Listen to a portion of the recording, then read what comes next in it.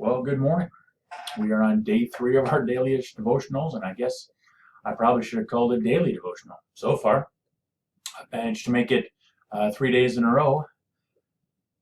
It's been a grind. It takes a good 4 or 5 hours, so I'm up at 6 o'clock every morning, have a quick breakfast, start doing my studying and recording, and, probably the most of my time is spent on preparing my makeup to be on camera. That HD video does not do anyone any favors. All right, I'm just kidding. I'm not doing any makeup for HD video. But it has been enjoyable. When things get back to normal, whatever that normal will be, maybe we'll continue something like this in the future. Although I was teasing friends last night, I said, I don't know about this whole thing. As I said before, pastor used to work in maybe once a day, 2 if it's a real busy week, and now doing something every day. It's fairly taxing, so I'm a little concerned with making more work for myself in the future. But we'll cross that bridge when we get there. I don't want you to feel too worried for me right now. You've probably wondered about the background behind me. Yes, it's Hawkeyes, but you'll get it. Today's lesson, the third chapter in this book, is over the consequences of sin. And, well, those rooting for that is a consequence of sin, or is sin. So I couldn't think of a better background to represent what we're doing today. Of course, as Chris Meyer says, I kid because I care. I found a funny little meme that talked about what pastors think they do and what family thinks they do, and I like this last one the best. We plant seeds. We don't always get to see the fruit of our labor, but what we get to do is plant seeds and let God water, fertilize, and take care of those seeds in the person's heart. So I kind of like this little video. We're going through the Max Lucado book, of course. He chose the nails. We're on chapter 3. Someone said they found it an online version. I don't remember if it was iPad or Android, but they found one they could follow along. So I thought that might be kind of neat if you wanted to do that. Any books by Max is a good book. I really haven't read a bad one. So let's dive in to chapter 3 here, and let's see what he has to tell us. Some words of encouragement that maybe we can share together today.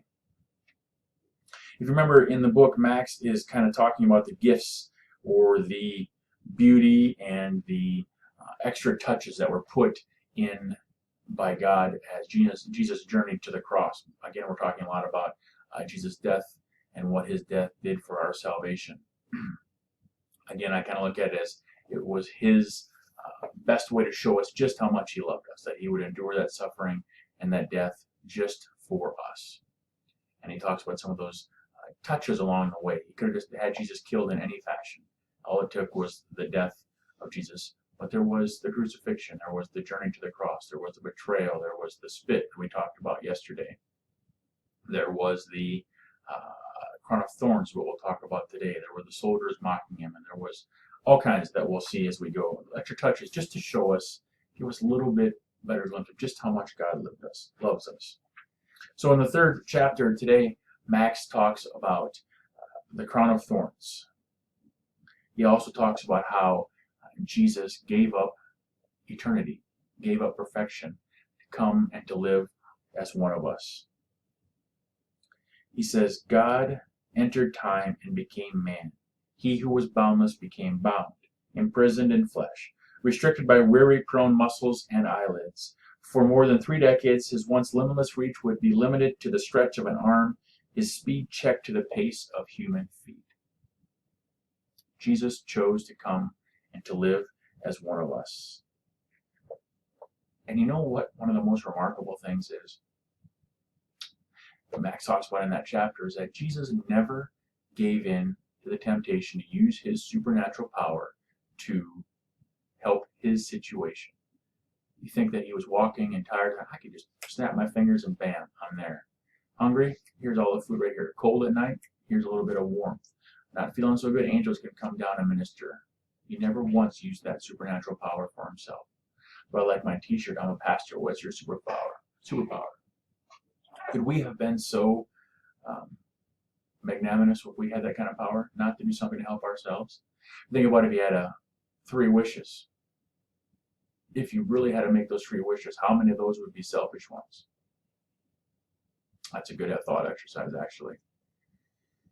after my BMW M5. You can allow yourself one wish, right? I'm off track again. He would point out that the most remarkable part of Jesus giving himself up was his ability and his desire to become bound and to surrender his sinlessness. He says the crown of thorns symbolizes sin. Does not symbolize sin. It symbolizes the effects of sin. When Adam and Eve sinned in the garden, one of the consequences was the ground would produce thorns. God talks to Moses, and he says, if you don't force the people out of the promised land, they'll be like sharp hooks in your eyes and thorns in your sides. Thorns hurt.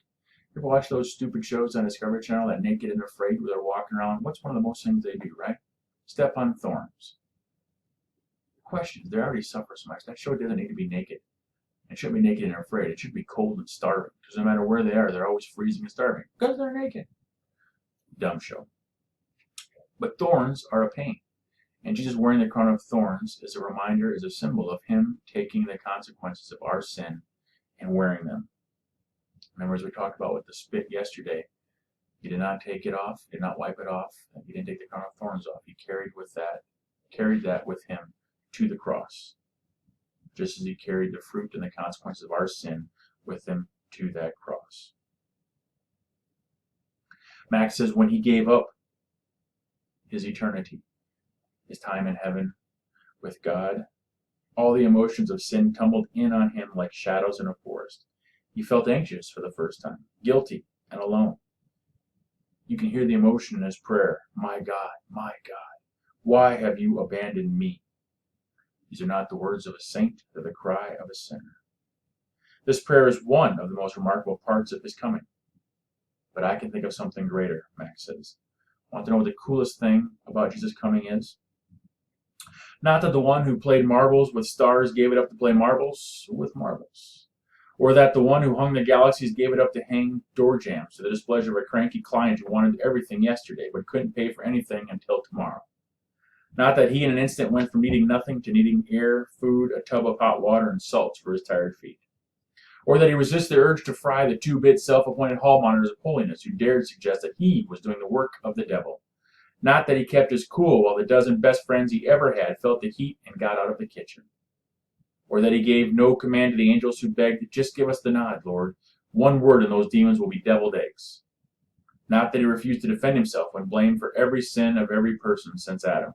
Or that he stood silent as a million guilty verdicts echoed in the tribunal of heaven and the giver of light was left in the chill of a sinner's night. Not even that after 3 days in a dark hole he stepped into the Easter sunrise with a smile and a swagger and a question for lowly Lucifer. Is that your best punch? That was cool. Incredibly cool.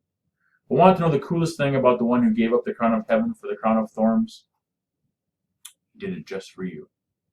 He did it for you.